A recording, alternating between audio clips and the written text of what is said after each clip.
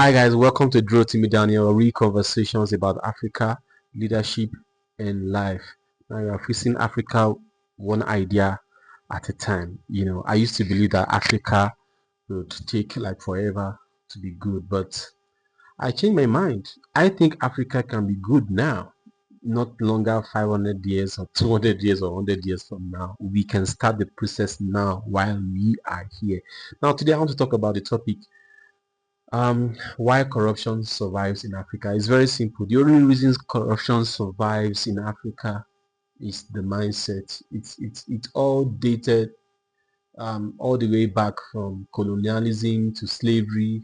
You know, do you know that even at that time they were already sellouts? Like they were sellouts. Like the other day I was hearing a story about South Africa, how some people during the apartheid, also some group of people, black, also assisted apartheid to like really um to like do well and all that, so they helped apartheid to like survive.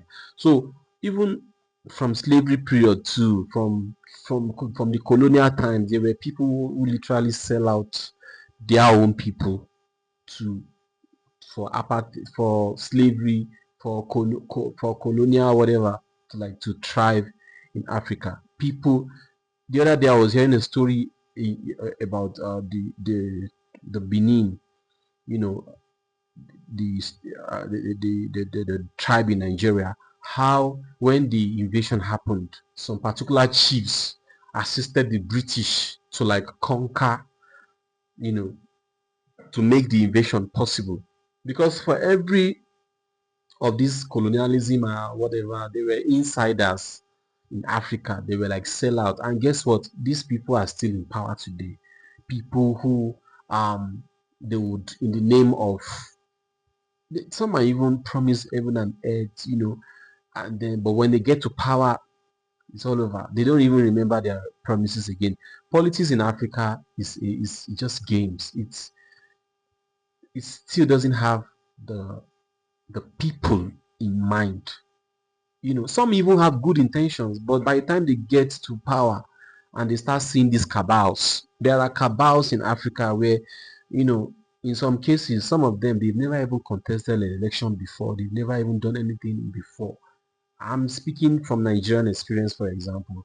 These are people that, one of the problems in Nigeria, there are people you don't even see in the public spaces. But trust me, they are the one controlling. You really think your president is in charge of your country? You must be joking.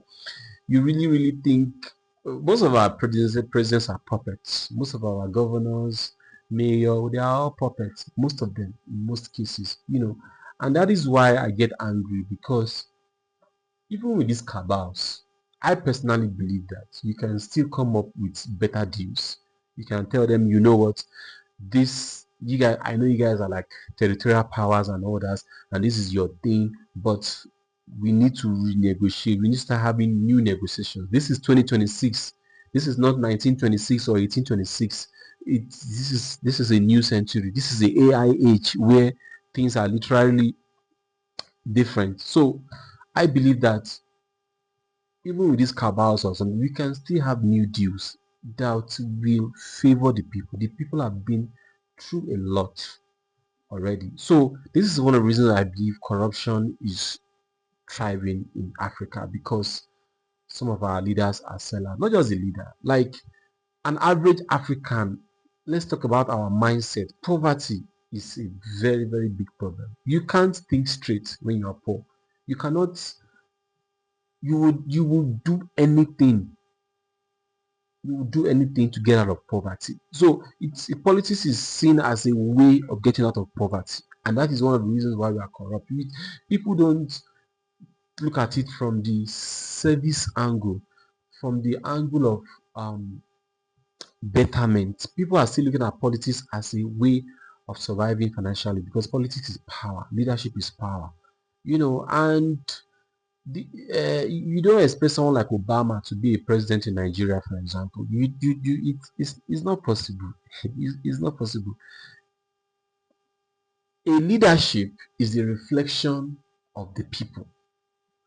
What am I trying to say is that if we have 100 corrupt people in a community, their president, the leader that will be appointed, will definitely be corrupt. So we are a reflection of our leadership is a reflection of the people. An average African, or let me speak for Nigeria, an average Nigerian, all he's thinking about is survival. How do I survive? How do I survive? Some of the people supporting the ruling party right now, even, it's all survival mode. Nothing more, nothing more, nothing less. It's just how to get out of poverty. They are ready to sell out their people. They are ready to like say even what the president did not do. They will say, "Ah, he did it. He's the best president." Somebody even sent me a message recently. The current president, which is Tinubu, is the best president Nigeria has ever had. You can imagine. That one has not even got into power.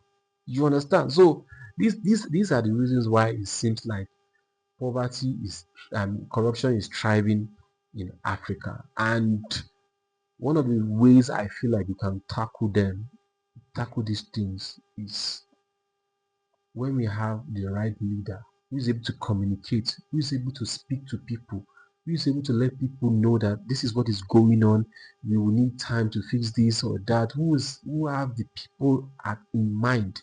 Unfortunately, some of these people serve some of the people are more wicked than the president or whoever is elected into power, or the mayor, or the premier, like is used in South Africa. Some of them are even more wicked.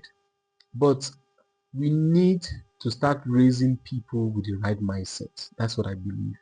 If people have the right mindset, they will do better.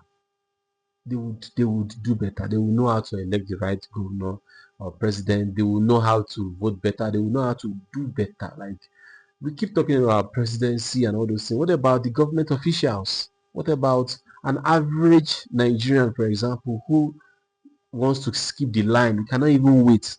An average Nigerian, for example, is always thinking of quick ways to achieve things. Very impatient, very very impatient. He doesn't even want to like. He wants to like just everything now. Smart, like how smart. How do I outsmart that other person? How do I quickly get this deal? If that kind of a person becomes president, do you even think he will do anything for the people? So this is why corruption is thriving in Africa. When you go to countries like Guinea, Mali, Senegal, it's almost the same. Poverty has really done a very big damage, and also people giving birth without plan, that's another topic entirely. They give birth, they don't even have proper plan on how to take care of the child. And then that child too someday grow up with survival mentality, poverty, and is ready to do anything. So these are one of the few reasons I believe poverty is trying I believe corruption is trying in Africa. But what do you think? Write in the comment section, share this video, and subscribe to the channel. Let's have this conversation going on this um channel. I'm very passionate about Africa. I'm very passionate about leadership.